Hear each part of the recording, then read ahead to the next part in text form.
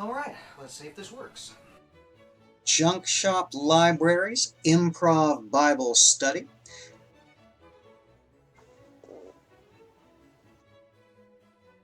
Are you ready for this?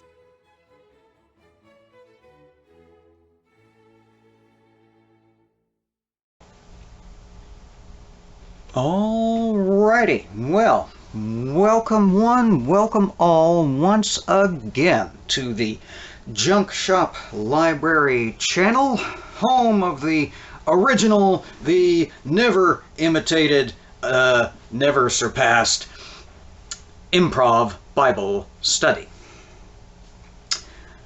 We will be diving today into the 16th chapter of the book of Deuteronomy, and given the wildly uneven nature of the last handful of chapters, I don't know whether to look forward to this one with excitement or with dread. I would like to look into it with a nice tumbler of scotch, but I would also like you to subscribe and or stay subscribed and also be able to understand me by the end of it. So, scotchless, but supplied well with coffee, we turn to the 16th chapter of the 5th book of Moses, called Deuteronomy. Here goes nothing. Observe the month of Abib, and keep the Passover unto the Lord thy God. For in the month of Abib the Lord thy God brought thee forth out of Egypt by night. Thou shalt therefore sacrifice the Passover unto the Lord thy God of the flock and the herd in the place which the Lord shall choose to place his name there. Thou shalt eat no leavened bread with it. 7 days shalt thou eat unleavened bread therewith, even the bread of affliction, for thou camest forth out of the land of Egypt in haste, that thou mayest remember the day when thou camest forth out of the land of Egypt all the days of thy life. And there shall be no leavened bread seen with thee in all thy coast 7 days. Neither shall there anything of the flesh which thou sacrificedst the first day at even remain all night until the morning. Thou mayest not sacrifice the Passover within any of thy gates which the Lord thy God giveth thee, but at the place which the Lord thy God shall choose to place his name in. There thou shalt sacrifice the Passover at even, at the going down of the sun, at the season that thou camest forth out of Egypt. And thou shalt roast and eat it in the place which the Lord thy God shall choose, and thou shalt turn in the morning and go unto thy tents. 6 days thou shalt eat unleavened bread, and on the 7th day shall be a solemn assembly to the Lord thy God. Thou shalt do no work therein. 7 weeks shalt thou number unto thee. Begin to number the 7 weeks from such time as thou beginnest to put the sickle to the corn. And thou shalt keep the feast of weeks unto the Lord thy God, with a tribute of a freewill offering of thy hand, which thou shalt give unto the Lord thy God, according as the Lord thy God hath blessed thee. And thou shalt rejoice before the Lord thy God, thou and thy son, and thy daughter, and thy manservant, and thy maidservant, and the Levite that is within thy gates, and the stranger, and the fatherless, and the widow that are among you, in the place which the Lord thy God hath chosen to place his name there. And thou shalt remember that thou wast a bondman in Egypt, and thou shalt observe and do these statutes.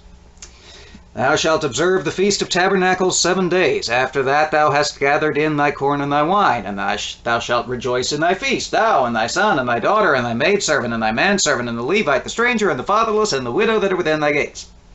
7 days shalt thou keep a solemn feast unto the Lord thy God in the place which the Lord shall choose, because the Lord thy God shall bless thee in all thy increase, and in all the works of thine hands, therefore thou shalt surely rejoice. 3 times in a year shall all thy males appear before the Lord thy God, in the place which he shall choose, in the feast of unleavened bread, and in the feast of weeks, and in the feast of tabernacles, and they shall not appear before the Lord empty.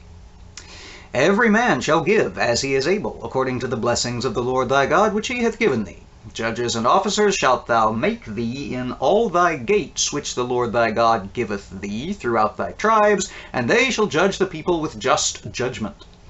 Thou shalt not wrest judgment, thou shalt not respect persons, neither take a gift, for a gift doth blind the eyes of the wise, and pervert the words of the righteous. That which is altogether just shalt thou follow, that thou mayest live, and inherit the land which the Lord thy God giveth thee. Thou shalt not plant thee a grove of any trees near unto the altar of the Lord thy God, which thou shalt make thee, neither shalt thou set thee up any image, which the Lord thy God hateth. 16th chapter of Deuteronomy. More of the same.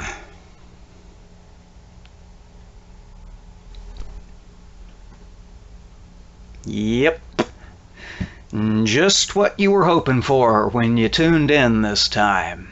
Another summation of the holy feasts of the ancient Jews.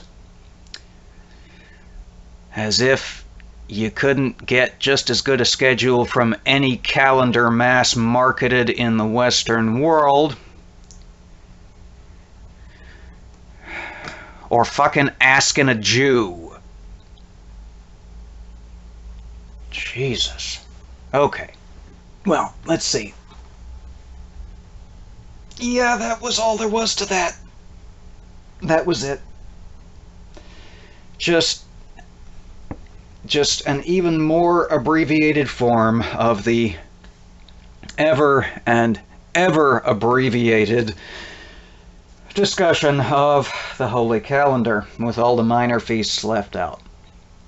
Either because it wasn't deemed necessary to include that repetition yet again, or because, according to the book, this is old man Moses standing at the base of the mountain filibustering until he has to climb it to die, and those were the only three he could remember. Because, yep, we're still in quotation marks here. Still in quotation marks. Still listening to a 100-year-old man talk about his invisible friend who goes to another school and it's in Canada and you haven't met her. I mean, who lives on the Magic Mountain and you're not allowed to see him because you'll die.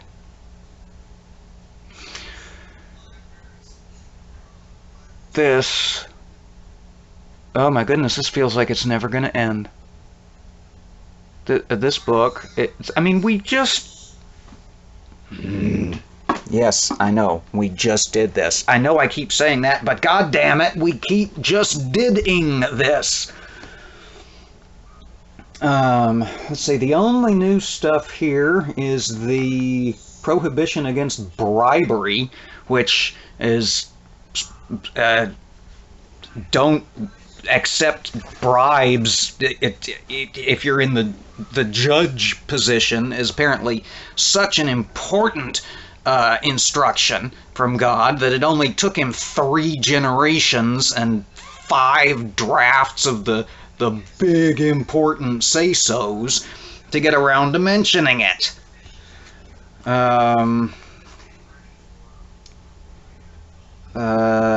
Let's see, don't make a graven image, we get it. Oh yeah, don't plant trees near the altar. Presumably because that would make it too easy to smuggle in pagan shit into or around Yahweh worship and or Yahweh worshiping people. Because you remember when Moses first started talking about going into the promised land, what feels like about as long ago for us as it was for the children of Israel. One of the things he specified to do was chop down all the holy trees. So, I guess this is a keeping evil at bay thing. Because, you know, anything different is evil by definition. 'Cause religion! Let's see. And oh yeah, that's the only new stuff. That and the saying specifically not to celebrate Passover at your house, but to go to where the Lord thy God hath chosen to put his name, which at this point I can't quite figure out if that's eventually Jerusalem, or if that's, your local tabernacle? Are you allowed? Are you encouraged? What do you... It's so vague. Of course it's vague. If it wasn't vague, you wouldn't have to have religious professionals to interpret it for you. Levites within your gates, right, left, and sideways, living off the fat of the land despite not doing anything except heaving heave offerings and waving wave offerings. Hashtag tax the church. Goodness gracious. All right. Well, I guess we'll let that be that for this then, because there's just not anything to get your teeth into, really. And we'll be back soon with chapter 17, which, believe it or not, is instructions for how to sacrifice. Those of you who've been with me for a while are hopefully taking a cue from Godless Engineer and keeping an oven mitt handy. Anybody new? Yeah, you need to get yourself an oven mitt, because you're going to get so tired of the sacrifice instructions, which are repetitive even within these books, that you are definitely going to need your facepalm protection. All right, well, we'll burn that bridge when we come to it. In the meantime, like and subscribe, poke the Pope to do the latter, poke the little blue thumbs up to do the former, share these around, and until we meet again, take care, be safe, and stand against hate. Bye now.